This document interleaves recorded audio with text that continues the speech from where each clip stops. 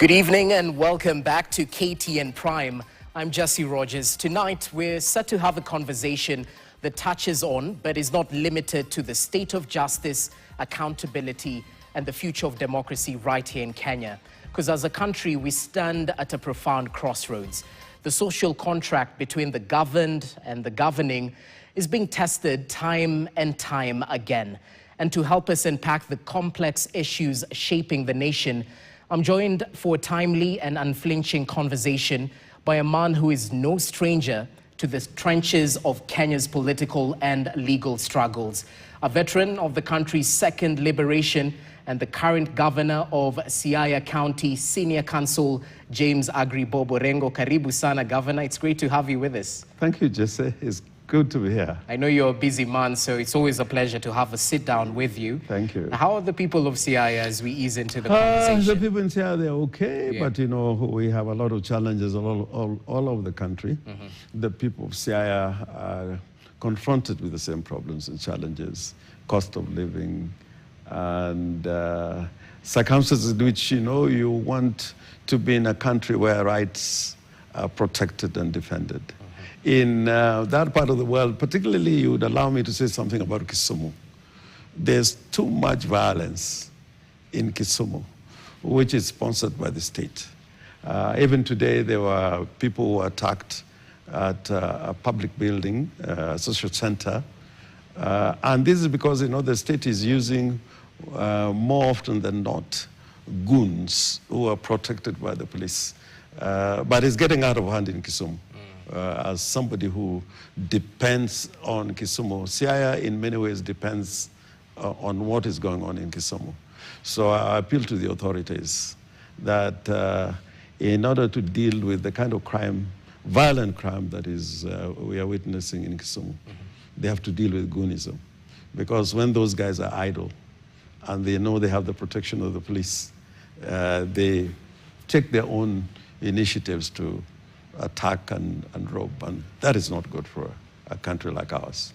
Definitely. Yeah. And as we ease into the conversation, I'd like us to start with national issues before zoning into politics. Yes. And your deliverables as county governor for the people of Siaya. Because just last week, Thursday, you were on the streets at the front of these demonstrations marking the second anniversary of the bloody 2024 anti-tax protests. And we saw you share some supportive moments either on social media or mainstream media with the grieving families who are still demanding for justice, accountability, and non-repetition of those atrocities. And perhaps the front page of today's Standard, if we could have it on our screens for the benefit of our viewers, shows what exactly has transpired ever since. We've seen an apparent return of enforced disappearances that rekindle fears of the state rather suppressing those who might seem as dissidents. Even as we wait for that front page of tomorrow's edition of Kenya's bold newspaper, The Standard, there we have it for the benefit of our viewers. It's equally on the screen. The headline tomorrow, we ask Mr. President why, due to that worrying trend of abductions. Just today, a social rights activist was in hospital. I think is currently seeking treatment, even as he still hasn't talked, Yes. Quite shaken by the ordeal he went through over the last few days. Well, what's your take on this harrowing return of enforced disappearances in the country? It is really terrible. I can tell without a fear of doubt that you can build monuments, you can build expressways, you can build, you know, railways, you can build skyscrapers. But the bottom line, man is born free and is not entitled to be in chains. So Kenya, we have a situation where the president is all over trying to give goodies here and there. But the critical question is, are Kenyans feeling that they're living in a just and democratic society? And surely we are not. Your media house, you know, the constant attack, I'm very much encouraged by these headlines because I know it impacts on you negatively by their reactions from the state. You know, I always remember that the strongest country in Europe during the 19th century, 18th, 19th century, was France. The language of diplomacy was French all over in Europe.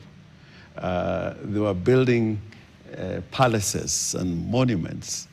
But when the cost of living became unsustainable, when people were feeling they were being suppressed, a revolution was born out of that kingdom, because France at that time was a kingdom. So, you know, we have a lot of people in the political class who say, but we build roads, we build hospitals. And in any case, sometimes those hospitals don't work effectively. What is happening to Lichoma is a criminal act of the state.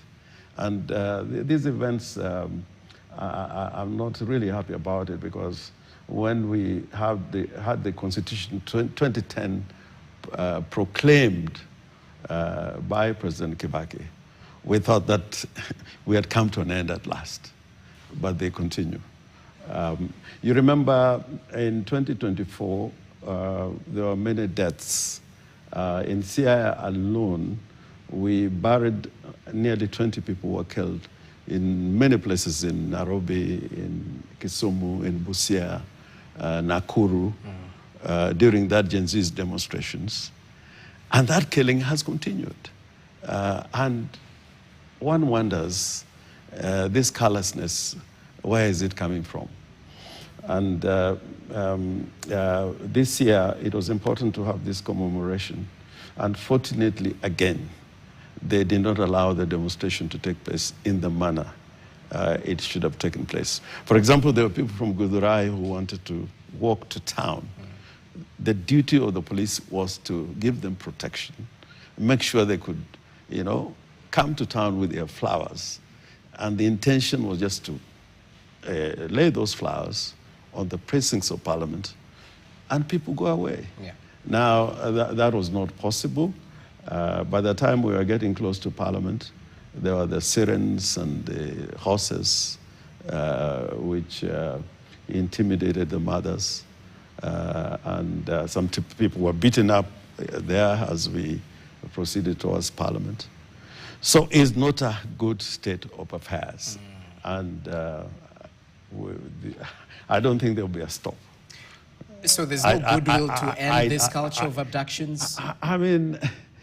Because we've had the president talk about it before, giving an assurance but he's talked about it before. Yeah. You remember there's a time when the president, and he has never really, recalled that statement. He told the police that you can shoot, but shoot on the leg. I mean, what type of order is that? You know, the police standing orders are clear. Circumstances under which you can shoot an individual. And you don't do it just like that. And for him to give those orders, and don't regret making those type of orders, make sure it's part of this criminal organization, if I may call it that way. Now, briefly, let's talk about police conduct and their crowd management skills, because you were front and center of those particular protests. Some Kenyans saw you on Boda Boda, some mocked you, but at the end of the day, it was your civic duty to be involved in such. But proponents will argue that, you know, there was no loss of life, no destruction of property, and intelligence reports necessitated that these roadblocks should be put around Nairobi's access routes. The critics will question why the police manning protests were not easily identifiable, will poke holes into restricting movement of Kenyans, not just protesters, using those particular roadblocks rather. Did police contravene on the right to peacefully protest in any way? They did in many ways, because, for example, getting access to the city was difficult. Even that walk from Serena to Parliament, it was very difficult. And as we were walking along Uhuru Highway, there's this armored vehicle which had sirens. Those are used in dictatorships. You know, they're loud. They're more traumatic to our senses than tear gas. Very loud. And when people heard that sound, I think a lot of people had not been familiar with those type of armored vehicles. Yeah. There was a stampede which was unnecessary. Now, people also forget that during the colonial days, there used to be demonstrations in this city. Harry Thuku conducted a demonstration around the Central Police Station in 1926, a successful demonstration. When I was at the university as student leader, we conducted a demonstration against, the UDI in Rhodesia at that time. And we were given a police escort from the university to the British High Commission, which was then at Bruce House, right in the center of the town. That behavior by the police was not to empower the people to enjoy their freedom to protest, to picket, and to present a petition. We had a petition which we could have presented to Parliament. We had done so previously through the mothers to the police in the Inspector General's office. Yeah. But we should have been able to present the same kind of petition to the leaders who should have been waiting at Parliament to receive it. So the conduct of the police was not to enable the enjoyment of that right, the freedom to demonstrate, to protest. It was to limit it, and that's why there were all these barriers. If ever you saw pictures of Baghdad when the war between the US and Iraq was going on, the diplomatic part of Baghdad where the US embassy was, Nairobi that day was a replication of how Baghdad was looking at that time. I think it still probably looks the same. So, I think it was callous behavior by the police. They should have escorted us, irrespective of the numbers. They should not have limited the numbers of people coming to the city. But I was happy people kept away, quite a number of people. They demonstrated by not going to work. It was a public holiday, more or less, in Nairobi, and I was very happy about it. Now, the other thing that people wonder about, why be on a motorbike?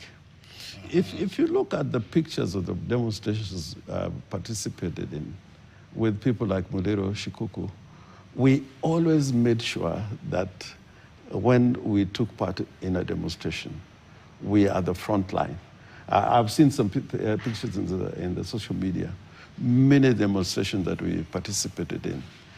People used to wait for us in Gikomba or those places. They would not march until we arrived. I remember another incident where I was in hospital after I had a broken hand that I'd suffered in a demonstration in Kisii. Mukisa Kitui and Moses Muhia came and got me discharged from Aga Khan Hospital. And we drove from Nairobi at about 10 o'clock in the morning to Kisii. By the time we arrived in Kisii, the police had assumed that we were not going to be there. And there were no persons in the streets. But as soon as we arrived, everybody came. And we were not successful in having the public meeting. But people came out.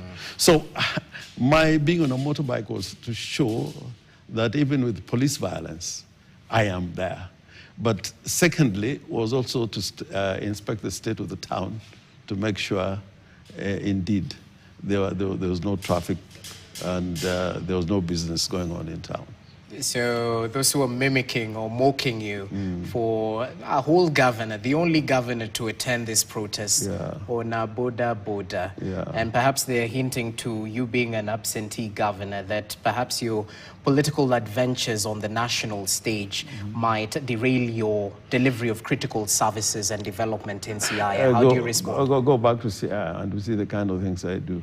After that demonstration, I was in Siaya, receiving officials from the national government who were participating in projects that we have already launched, like the stadium. We built it. And now the second phase, the national government is putting in some money. Not because we are, begging, but because it's the right for the people to get resources from national government. Indeed. That same day, we went to the referral hospital, where we are doing a new referral unit at a cost of about 1.7 billion shillings, contributions both from the county government and the national government.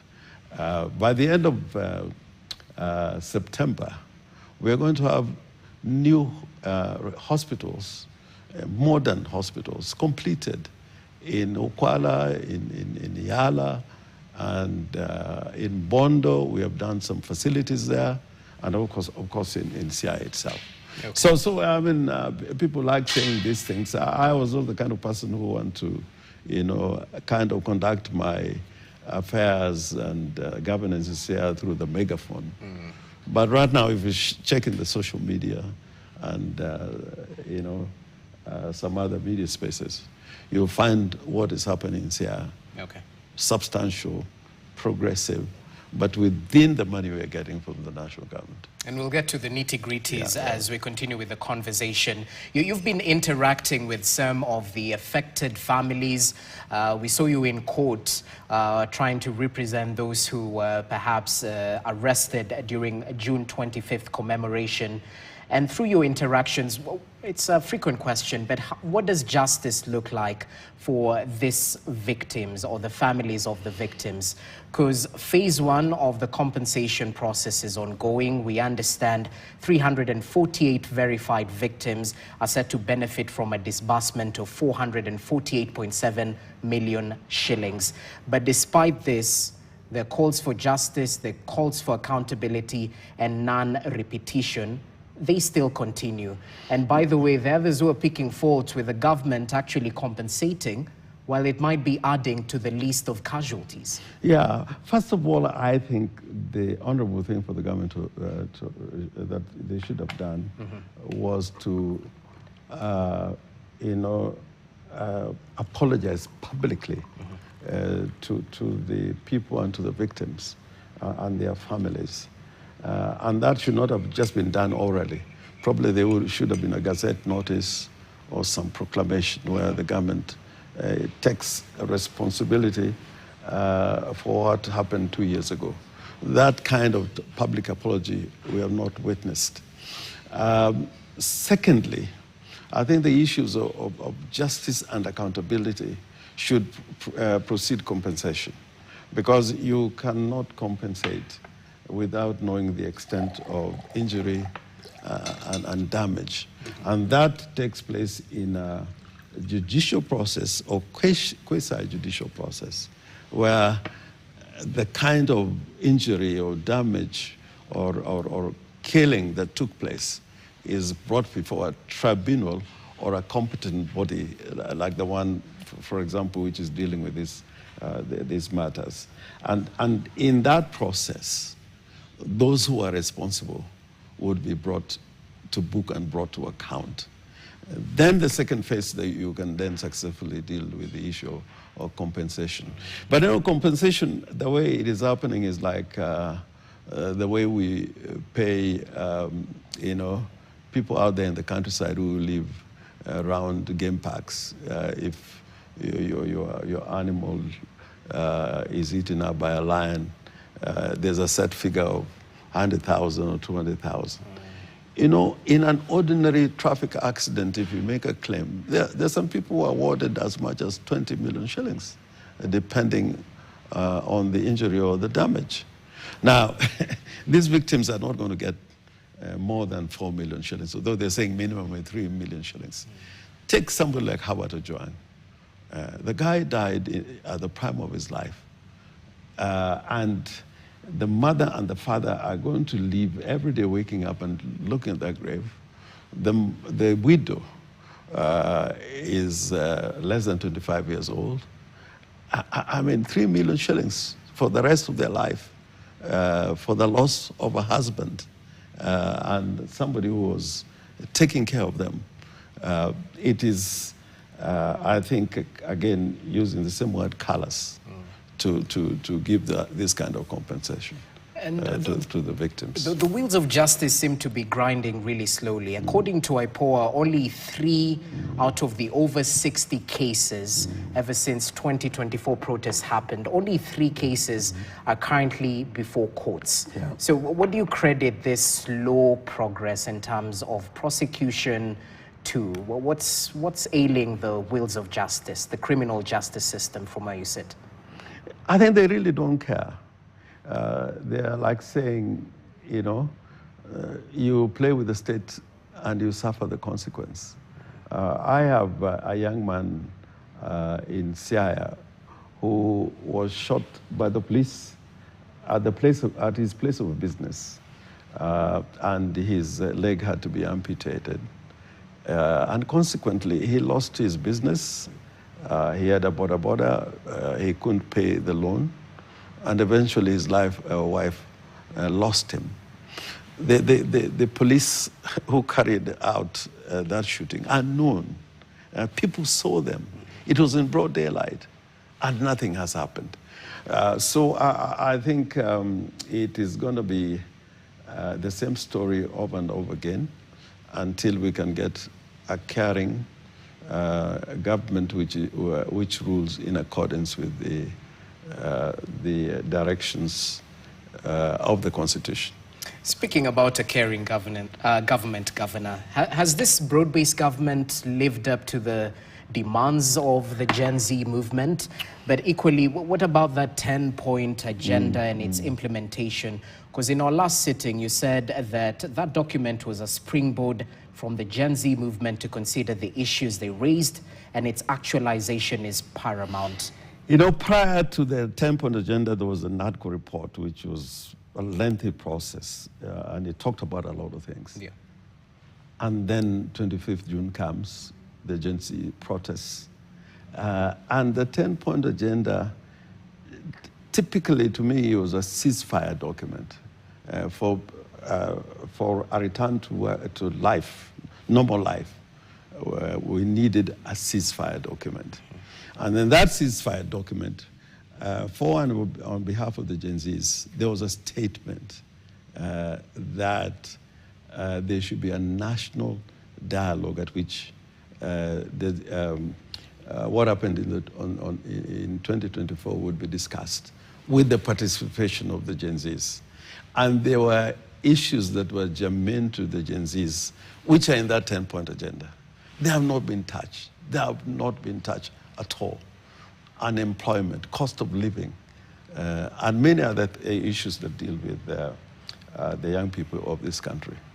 Instead of dealing with those problems, what are we seeing? Again, another thing that was talked about in the 10-point agenda, the exhibition of opulence.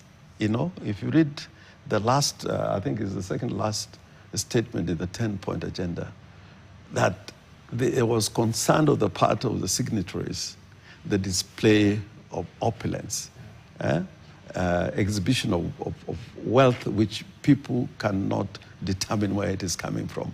I never knew in my life I would see a situation where public officers ride in 10, 20 choppers at public expense and then within 1 hour contribute 35 million shillings, which they carry away, and next to the venue of that event, there's a bridge that was swept by storms in Migori, and for 8-9 months that bridge has not been repaired, and these people carry all this money.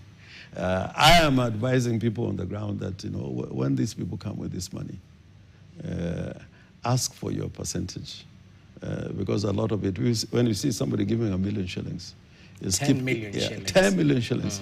He's keeping away 100 million. If he's giving 1 million, most likely he's keeping 1 million for himself. Now, there's been incidences like in Siaya and other places where wananchi have actually confronted these leaders and said, unless we get a percentage of that money, you're not going to your choppers. Unless it is dealt with, the public they have to deal with it. I mean, even Bill Gates doesn't behave that way. I mean, he's got a lot of money. Even Elon Musk, if you tell him to give you $1 million, he is not going to give you. Unless it's a philanthropy. Anyway. Yeah, there's a foundation, the basis upon which you give that money, and through what type of process. But just imagine a public servant carrying 10 million shillings and just giving it away. Even the richest people in this country who run corporations, they will not be able to give account of that type of largesse, which is given to people who cannot afford a meal. And for them, it is just theater. Well, anyway, the politics of handouts runs deep in Kenya's political discourse. But let's see how it all plays out. And I assume you're referring to events that characterized Luo Nyanza over the weekend, where we saw Suna East Member of Parliament Junet Mohammed, including other ODM leaders, hold empowerment drives and actually meet the people tours. We have a couple of sound bites from various leaders, including Junet Mohammed and the Energy Cabinet Secretary, Opio Wandai, who were speaking over the weekend while in various parts of Luo Nyanza, including Siaya, Migori counties as well. And you seemed to feature prominently on their statements. As a must, because as you should, if they mention my name, they send the clip. And the returns are very good. Let's hear what they had to say, briefly. Hatuwezi potoshwa na siasa duni ambazo zimepitwa na wakati. Siasa kama hayo ya gavana wetu yamepitwa na wakati, na wananchi wamekuwa werevu. Wahenga walisema ya kwamba wajinga wakirevuka, warevu wako mashakani. Ambieni huyo gavana wetu ya kwamba sisi wajinga sasa tumerevuka. Wewe angalia kama mtu sasa tunafanya naye hapa Nyanza, huyu gavana Orengo. Yeye sasa anataka kurudisha sisi kwa Uhuru Kenyatta. Mtu ambaye alikuwa na mpawa, alikuwa na mamlaka, alikuwa na kila kitu, na ameshindwa kuapisha baba Kasarani. Alishindwa ama kushindwa? Na yule mtu anagawa ODM, anatoa hii pesa yote ya ODM, ya kugawa ODM ni Uhuru Muigai Kenyatta. As you respond, the CS had this to say as well, because we didn't capture it in the bite, and you were speaking in your county, Siaya. Quote unquote, if you have your candidate, Mr. Governor, come forward and tell us who it is. Or if it's yourself who wants to run, come forward and say today, then we compete against each other. We're working together with all leaders of this region, and we have decided our candidate is President William Ruto. How do you respond to that? Well, the time of elections is not now. It is next year. We've got a year to go. Why should I name a candidate?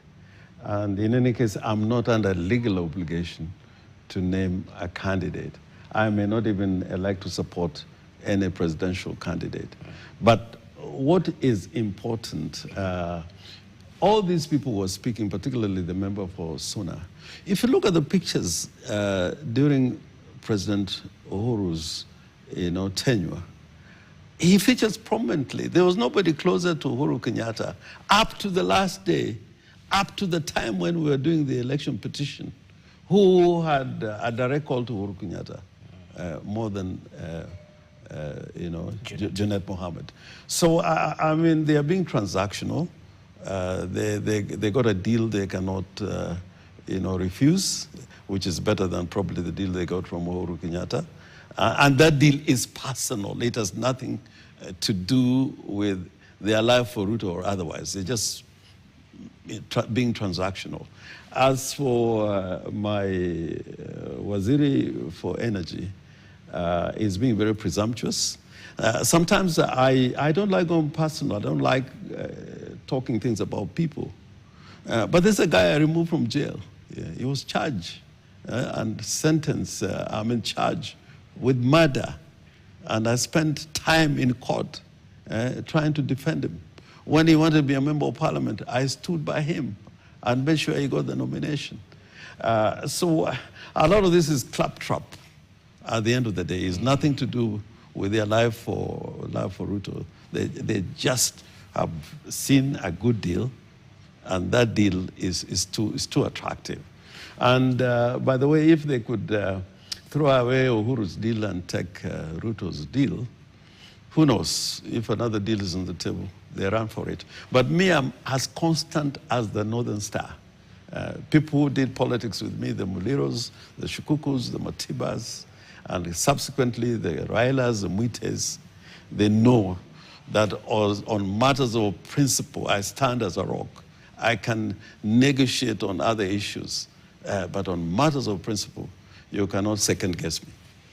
Let's talk politics since we're already there. And hear me out, Governor. Some argue that just similar to the perceived one-term wave that seems to be taking over the Mount Kenya region, on the flip side, Luo Nyanza is currently experiencing a two-term wave that has been buoyed by the upsurge in infrastructural development, government inclusion, what they say perhaps good tidings from being included in the broad-based government. There's a lot of balderdash. By the way, if you go to some of these projects that are being paraded, you go to Bondo, there's a road Ruto has opened 3-4 times from Bondo to some place called Lehunda. It has not changed for 3-4 years. It's been there with contractors.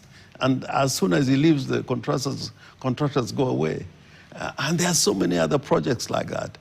And at the end of the day, you really, what Nyanza is getting in comparison to other counties, I dare say, sometimes it's not comparable. Just today, the president was talking about a highway, a dual carriageway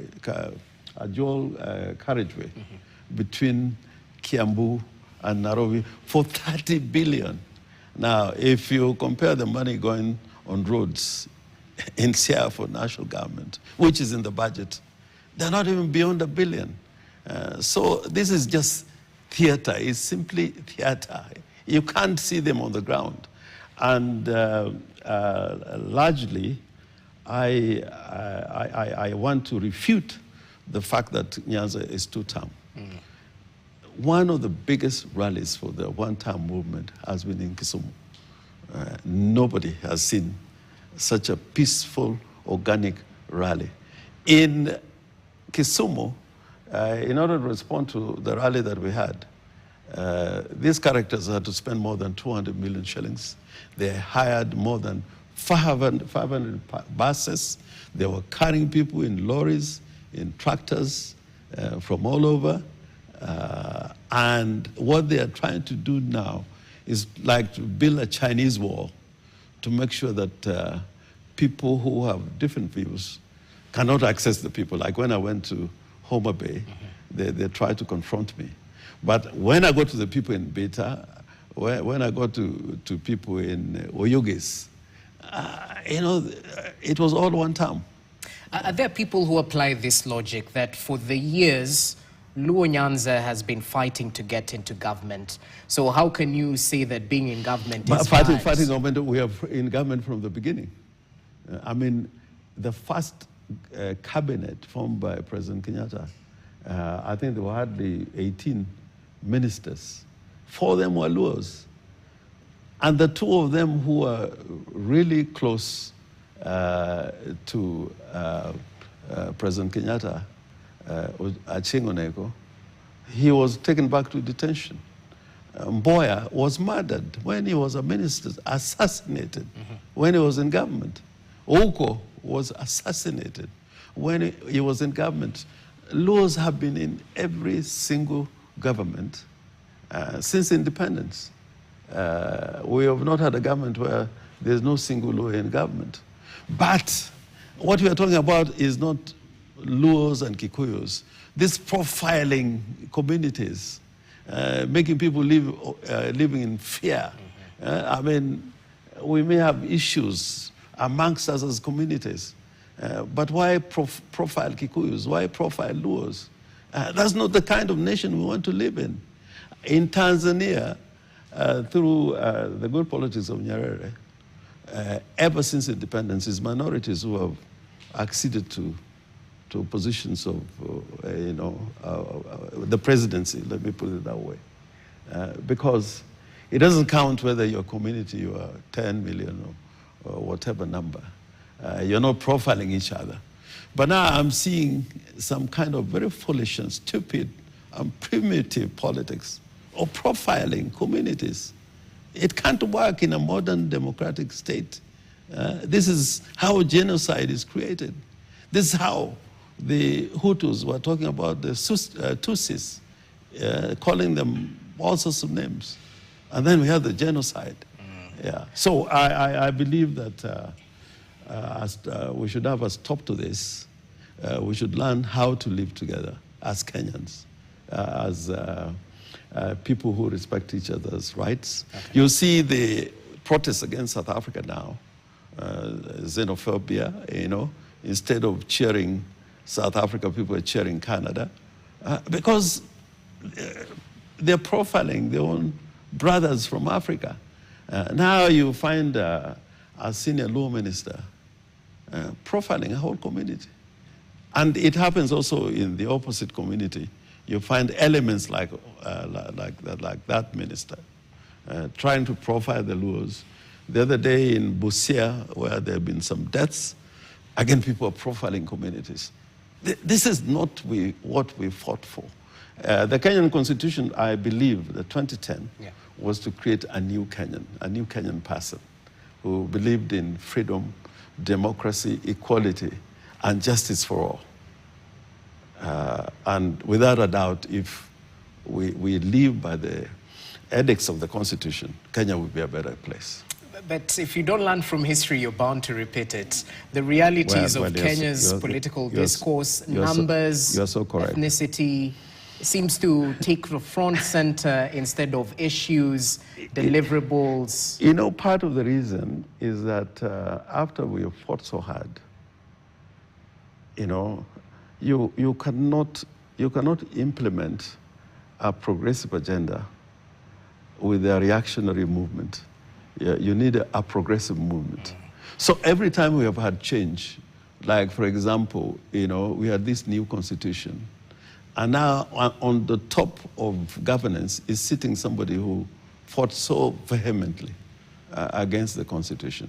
I think like in the United States of America, where they've, you know, they had the proclamation and the Constitution, and they believed in certain fundamental principles. The people who sat in Philadelphia when they were working on that convention, four of them successively became presidents of the United States, although many times they were rivals. Now, in Kenya, it is the opposite. We fight like we are pigs. We fight worse than you know, pigs in an animal farm. And this is not right. And Kenya is due for change from where you say. It is due for change. Due for change. And this is the message the Gen Zs were giving us, that we don't like what we're seeing. We don't like how we're being led. And in short, they were not saying we want change, we want a revolution. And that revolution was coming until it was arrested by people who, out of fear, made compromises. But after making those compromises, again, they violated every promise that they gave. And I assume you're speaking about the members of ODM who joined Broad-Based. Yeah. Let's talk about ODM then, because ODM was founded on specific ideals: social justice, good governance, you name it. Well, what do you make of ODM's influence right now? Because the jury is out there on whether ODM still commands the numbers it did. Which ODM? The real ODM is led by this man sitting here, the soul and the spirit.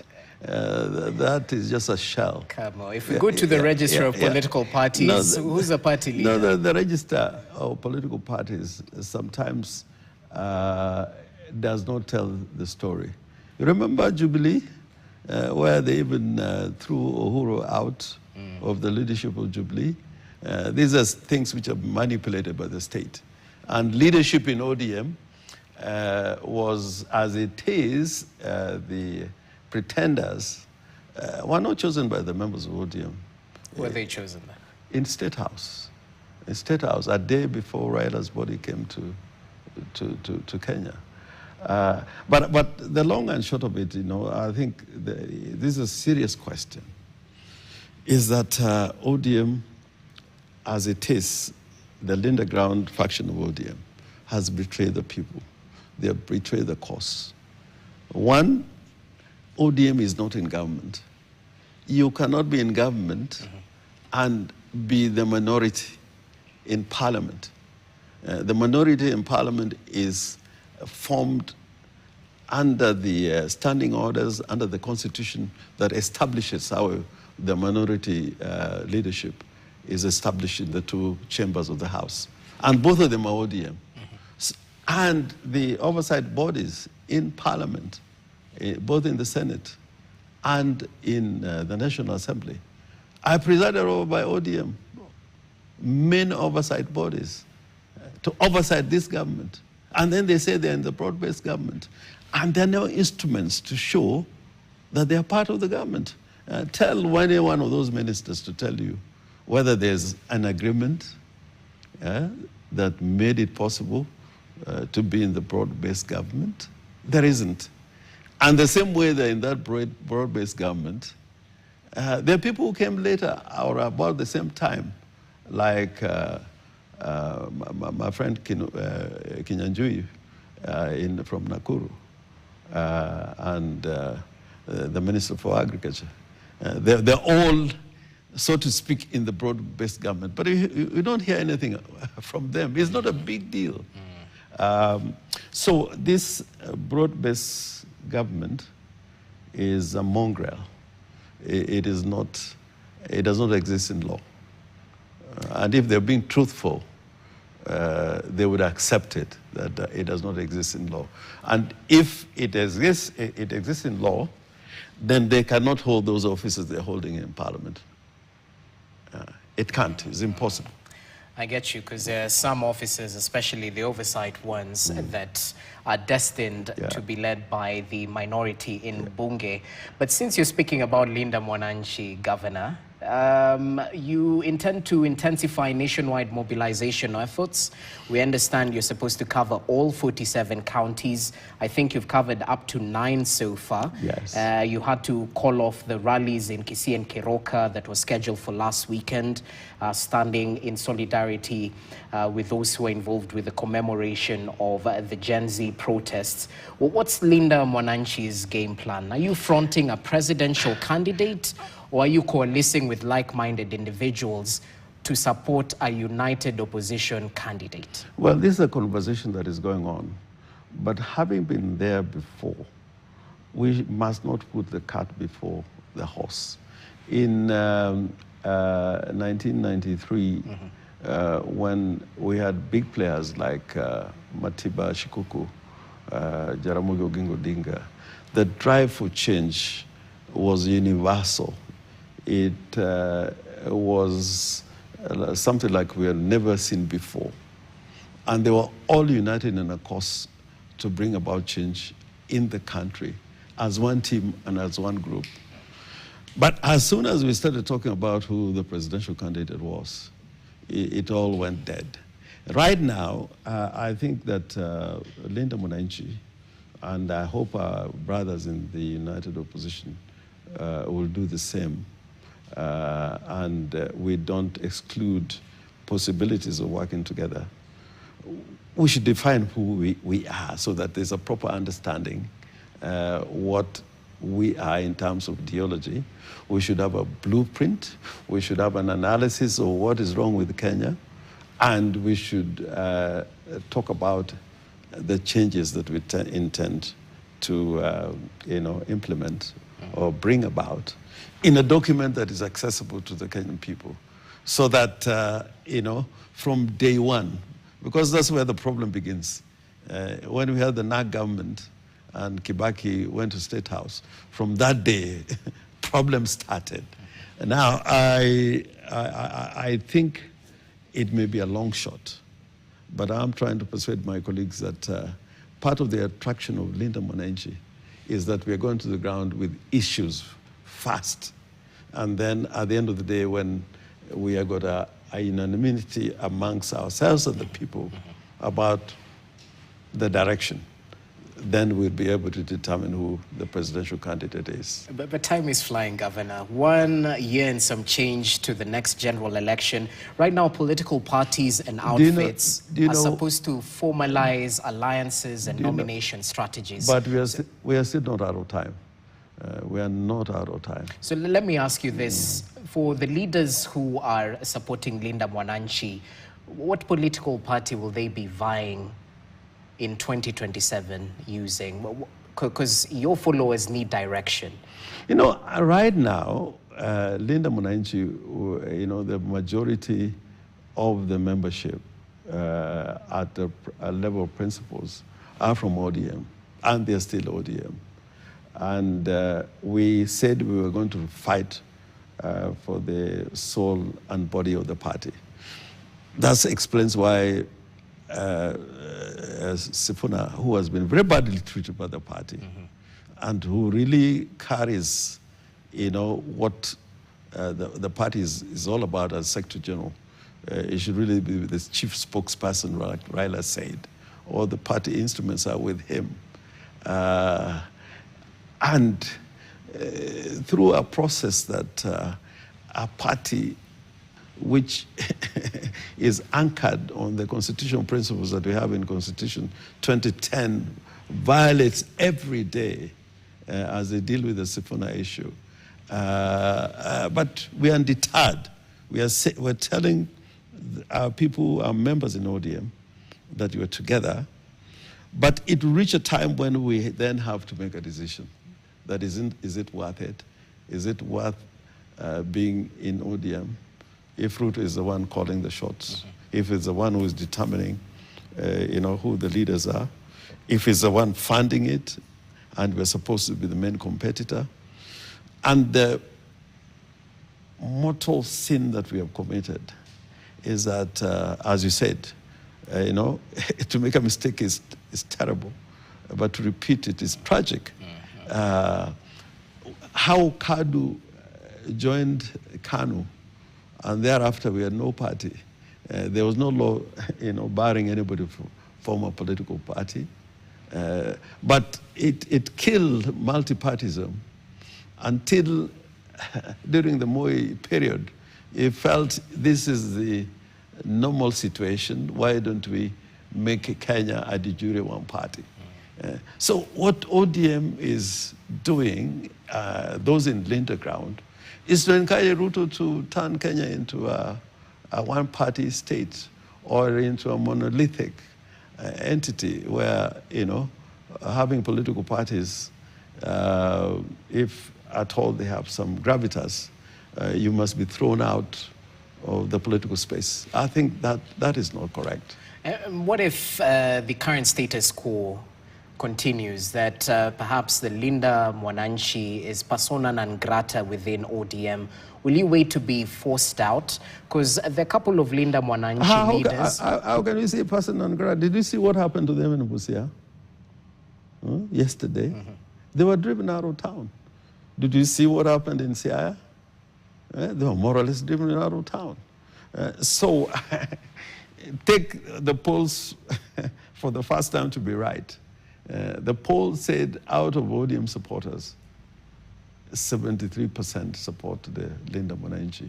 And there's another young lady who has carried out a poll of market women and, you know, women who farm peasants. You know, they didn't include men and youth.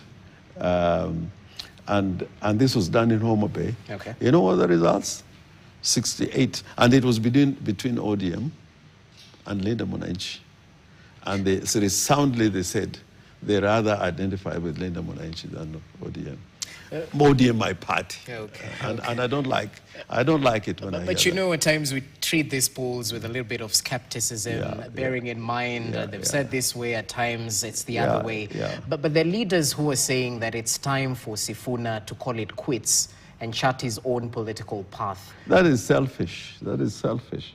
If Raila saw Sifuna do that, he would say, my son, I worked with you for 9 years building this party, and you're abandoning it.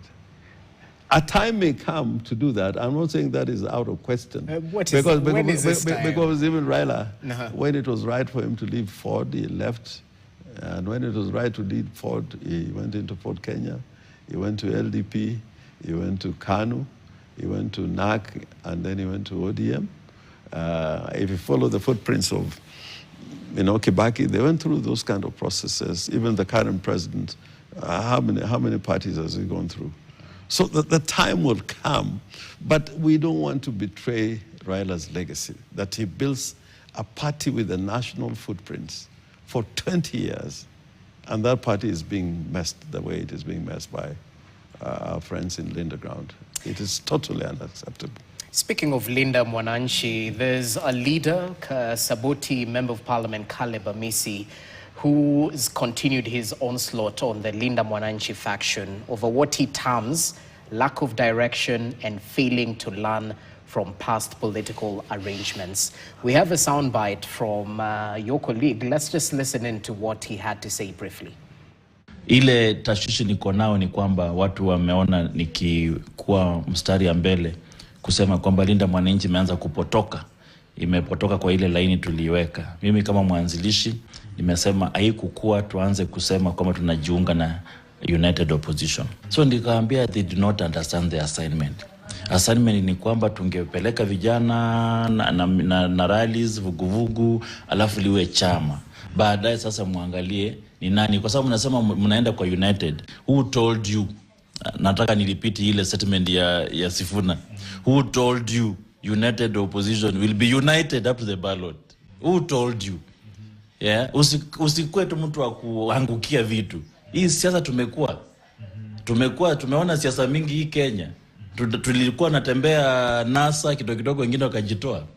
Tukatembea kama Azimio, wakina Mzali wakajiunga na Ruto. The last minute wakaita earthquake. Tulikuwa na Kalonzo kidogo wakati wa kutoa Kibaki, Kalonzo ndo huyo akaenda kando. And they're the same players. So I'm telling you, who told you the United Opposition will still be united, number one, and who told you there will still be one term? Yeah? Who told you? Tusikue watu wajinga kwa siasa. Hii siasa tumeisoma na tunaijua. So ukikuwa mjinga hapo ufike huko alafu upate Kalonzo ndio deputy wa William Ruto, what will you do? Ni siasa. Okay, so who told you? Who told you? Me, I'm told not to comment about Caleb Amisi. You just. He says he's a founding member of Linda Mwananchi. I will not talk about Caleb Amisi, and he knows where he's coming from. And secondly, Sifuna, myself, Babu, we have never attended a rally of United Opposition, but he has attended. He has attended, and I beg to leave it to that. So there's no infighting. The vision is clear. For the us, end goal is the same. For us, we are very clear. We are very clear. And that's why we're going to Kisii this weekend. And we'll continue to do that. Okay, interesting, Governor. At the end of the day, is ODM's influence watered down nationally as we finalize on these matters of politics, whichever ODM you pick? The ODM Linda Mwananchi is gaining ground. By leaps and bounds. And you've been able to maintain the momentum. And we are going into territories where even the old ODM was finding it very difficult to penetrate. If you came to Thika and saw the energy, those kind of rallies were not being held by ODM in that part of the world. And the demands, even in Rift Valley, for Linda Mwananchi to go into Rift Valley, in Bomet, Kericho, in Eldoret. People are calling on us to go. And we are supposed to be going to Nyandarua, go to Meru. And, we are growing by leaps and bounds, and we're getting organic crowds. We don't have the money to pay people to attend our rallies. But most of the time, they like the message they're hearing. We don't name call, we deal with the issues. When's the timing right to perhaps release the cards that you're holding close to your chest? I think in about 2-3 months, but largely about 3 months. In 3 months, we'll know the direction. Yeah, you begin to, see the kind of order and pathway that is going to emerge. But I don't want to disappoint Sarah Eldekin. He wrote in your paper, The Standard, she wrote about 2 days ago that she has to repeat to me, although I am not accept that it's about time to walk out of ODM. I respect her. She's a great strategist, a great writer, and I'll be having a conversation with her about her views on this. But the timing is ours. Interesting, Governor. Time has flown, and it would be an injustice to let you go without speaking about your deliverables in Siaya County. Yep. And perhaps just borrowing from the front page of the Standard today that highlighted how counties have spent 13 billion shillings on domestic and foreign travel in the first 9 months of this financial year that ends at the end of June. This is happening as major developments, lie abandoned. Some of them are cash-strapped. But I had to look at Siaya County's expenditure. It was listed 123.86 million was used for domestic travel, while none was spent on foreign travel. So kudos, first of all, on the small numbers, because there's some counties that breached the over 500 million mark. And you can see the front page on our screens right now for the benefit of our viewers. This 123 million for domestic travel, was it necessary? Was it a priority area? I think it is necessary because we got intergovernmental meetings, like, for example, between the national government and the county governments. Okay. Both at the level of governors, the level of the county executive committee members, the chief officers, and even the technical people and directors. Within the council of governors, we have, quite a record of meetings all over Kenya, which we feel obligated to attend. Then we got partners who we got to keep on talking to. If they call you to come to Nairobi for a meeting and you're likely to end up with 300, 400 million in your budget, would you tell them to pay your airfare or book your hotel? No, you will not. Okay. But I think we have been extremely reasonable and prudent in the way we spend our money in Siaya. And I think overall, in terms of prudence, I think we have done well. Ruto just today assented to the county allocation of revenue bill 2026, hence paving the way for equitable share of revenue to be distributed among the 47 counties. 428 billion is the figure, an increase of 13 billion from the 415 billion allocated to counties in the previous financial year. Does the current formula actually strengthen devolution from where you sit? First of all, I think Raila stand on his grave. For 10-point agenda, the figure is there that it should not be less than 450 billion, and is much lower, and it's taken a lot of haggling. I don't think President Ruto believes in devolution. But senators try to bring it up. No, senators also have got this sibling rivalry. I don't think we have accepted that, having counties which are well-funded is good for us. Like in the US, some of those states, they do very well. California is the fourth biggest economy in the world. If you go to, Germany, those regions, a lot of money goes into them, and they make work easier. But we find a situation where Ruto is telling us building markets. It is not his role. Markets fall under counties, yes. And he's consuming that money. He's building stadia. Actually, those monies should come directly to county governments to spend. But I know, the hidden story is that these contracts are being awarded at State House, and he's just using them to build a war chest, affordable housing, all these buildings that are going up. There's a silent cost to it, to the taxpayer, which is to build a war chest for President Ruto and his team. And that's why he can run around and spend 20 million shillings every day, I never. There's a president in Egypt. There's a great Egyptian writer called Hekal.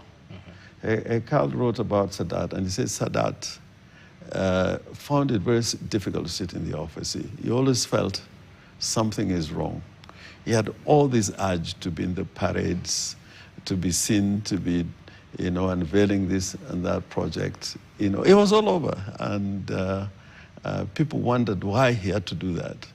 And Hekal said, and I'm not saying that this should happen to President Ruto, lo and behold, but he said it was unfortunate that he died in his favorite place because he was killed during a military parade. I mean, a British Prime Minister, you go to South Africa, Ramaphosa. I mean, people don't behave the way you're behaving in Kenya. This is not how you run a modern state. It isn't. It isn't. Because there is devolution, there is responsibilities that are shared vertically and horizontally. So what he's simply doing is recreating the imperial presidency where you're overwhelmed by the office. And that's why you see my compatriots from Nyanza are taken in by this omnipotent political character. Okay. They think nothing can happen in their life without that force. In another 20 years, there'll be another person occupying that office. So it's not magic. Okay. Back to Siaya now. Yeah. How much of that 428, I know it's not 450, but how much of that allocation will be coming to the county, and then perhaps the priority areas in this coming financial year? Yeah, normally, because the amounts have not changed much, they normally are between 380 to 400. So it's about 8 billion that comes to Siaya. Siaya, we don't normally get to spend more than 3 billion shillings in development, both for the county assembly and the executive. Partly is because of historical debts and pending bills. We still owe money that were owed by the old county councils. And how much have you cleared so far? I think there are some historical debts that are not cleared because they're still within the purview of the negotiations that we are having between the national government and the county government. But in terms of KRA, the usual contributions to NSSF and all that, I think we are doing quite well. We pay insurance.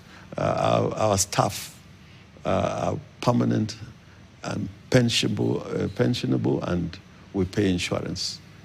Comprehensive.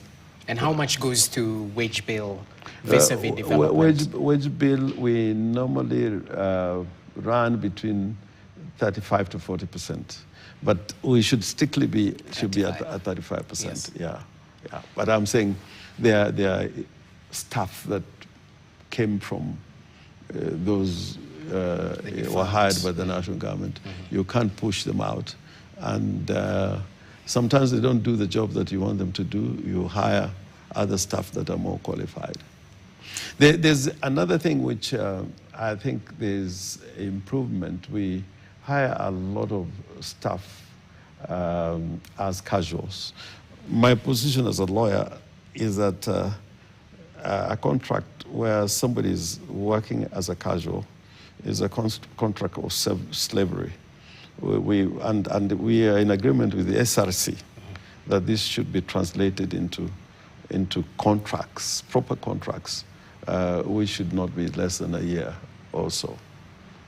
Okay, let's talk development. Perhaps the focus in this coming financial year, even as you illustrate the steps you've taken to boost own source revenue, because that's one of the things the COB recommended. Counties to improve own source revenue collection, reduce reliance on facility improvement funds, and prioritizing settlement of trade payables. Now, on source revenue, I must say that in the current financial year, we were over ambitious, and certainly we're not going to reach the target. We are over ambitious because ever since the county was established, we have never had the valuation roll. The valuation roll makes it possible to collect monies as rents and rates in a manner that is anchored on the law. We are just completing the enactment of that valuation roll by the end of July. I think it will be in place. So our own source revenue should be able to increase by leaps and bounds. The other thing that we were doing, and I think we are now concluded, is automation of and having a cashless process of paying, fees and charges to the county. That has brought in very positive changes to our collection of on-source revenue.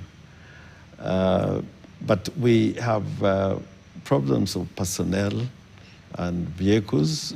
We need vehicles on the road to help the revenue staff. Our enforcement staff, although the human element is also sometimes tricky. You deploy them, you give them resources and the tools, and sometimes they're abused. So you have to talk to the people and educate them and tell them, payment should never really be an agreement between these individuals, that is enforcement and revenue clerks. You got to do it legally through the channels that are established. Interesting. I'm tempted to ask what next for Orengo, because you ask me this question now and again. But let me tell you what I am sure about, and some people keep on wonder, what do I want? And I also I tell them the sense of drive that I've had ever since I was in school. You could go and check my records at Alliance High School. There was a famous headmaster called Mr. Campbell. He came visiting here about 15 years ago. If you look at my report, what he talks about me, I have not changed. In fact, when he came here, he said, "This is this man." So in the public space, I'll continue to play the role that I think I was destined to play, and I don't expect any rewards, and I don't regret any minute of it. Whether I suffer for it, I don't regret. But those who are still confused, Bwana Governor, who are thinking, surely, is he going to vie for a second term? Is he going to maintain his ascension to national politics and vie for presidency? Is he going to support a Sifuna presidency? Your followers might be confused.